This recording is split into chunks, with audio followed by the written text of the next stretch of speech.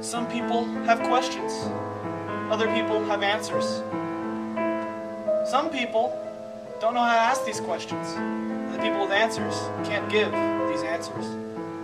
I see it all too often on Airsoft Answers. Miserable questions. Never answered.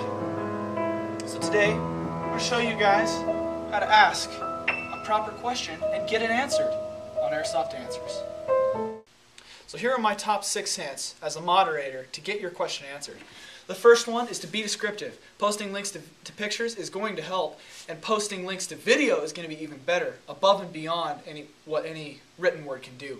Second thing you need to do is you need to be proper. Take your time to use the best grammar you can. Don't be lazy and not use the period.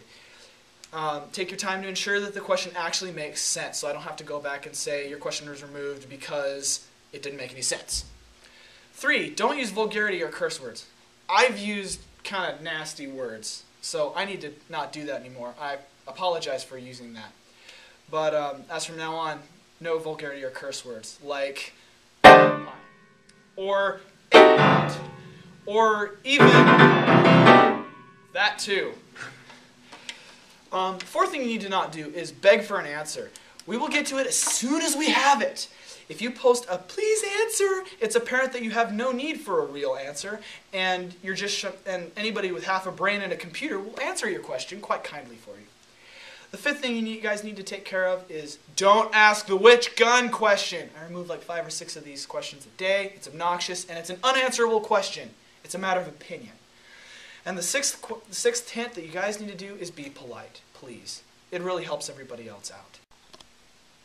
The votes are in, the questions queue is closed, and today the top rated question is Cheryl Maggot 95 of San Mateo, California. Thank you very much for writing in. Do gas blowback pistols use up more gas than non-blowback gas pistols? Which one is more reliable? Yes, gas blowback pistols use up more gas. And which one is more reliable? It's all a matter of opinion, all a matter of which gun. AirsoftGeek.com in Edwardsville, Illinois writes in and asks what is the maximum effective range of an airsoft gun? The maximum effective range is how much FPS you put into it, what grain of BBs you use, and what kind of type bore you use. So it all depends. I have my SL8 running at 250 feet, 400 feet per second with .28s.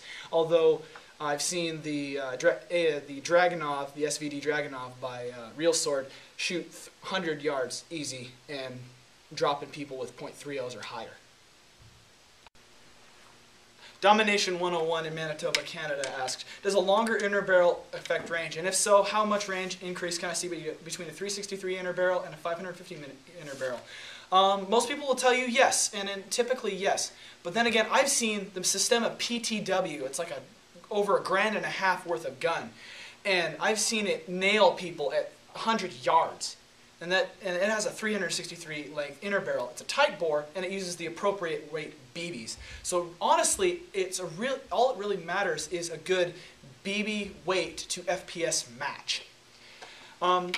Super Dylan 777 writes from Canada, what's the difference between the A&K Masada and the Magpul Masada internally? $490 versus $290. Is it worth the $200 more? We'll be answering that question on our channel, Practac Airsoft. We'll put up an annotation here in just a moment. And we'll be answering that question this upcoming week. We'll have head-to-head PTS versus the A&K, and we'll do a comparison swap between owners to see who does the best. I own an Echo 1 M28 between 2 months, and it started to slam firing. So I sent it to ASGI to get it repaired. They repaired it, but I heard many people repairing it at least 3 times. Why did it start to slam fire? Dylan777 asks again. Dylan777, you need to go to their Echo 1 M28 site. It'll have a little YouTube video on how to take care of this problem. Are there any major differences between cheaper 6.03 type bores and more expensive 6.03 type bores? Espus 14 Norway asks. Yes, because the nicer type bores often have a more polished barrel. They'll be less upkeep. They'll do great. You'll have a lot more fun with it. Are there any major differences between... oh, I already asked that question. With all the horror stories you hear about light poles failing and burning houses down, what's the best way to take care of them and what not to do with them? Also, do you think 11.1 power is too much power? and 7.4 volt is plenty of juice. To be honest, with all the horror stories, man, you know it's late at night when I start repeating myself. I don't like lipos. Lipos, they do have problems. I mean, they can be safe. I mean, Airsoft Austria did a whole spiel on lipos and how really realistically safe they are. But I mean, you gotta be careful. I have seen lipos melt down in the field, and you just gotta be careful with them. They are risky. They have a high discharge rate, and honestly, a 7.4 volt is plenty of juice. An 11.1, if your gun can take the 11.1 without breaking down, go for it. But typically, an 11.1 is so much power going through that mech box. You're gonna be shredding pistons and gears, and it's gonna be nasty, and you're gonna be paying money for it every day. In my area, KSC Perfects and G&G BBs are all the rage. Almost everybody swears by them. What's your opinion? KSCs are great. G&Gs are decent. Around these parts, the BioVols are great. King Arms are great. And just keep in mind that if you don't have a tight bore and you're just wanting to plink away, the Crossman Walmart specials, the .20s, they do just fine. I run them in my guns.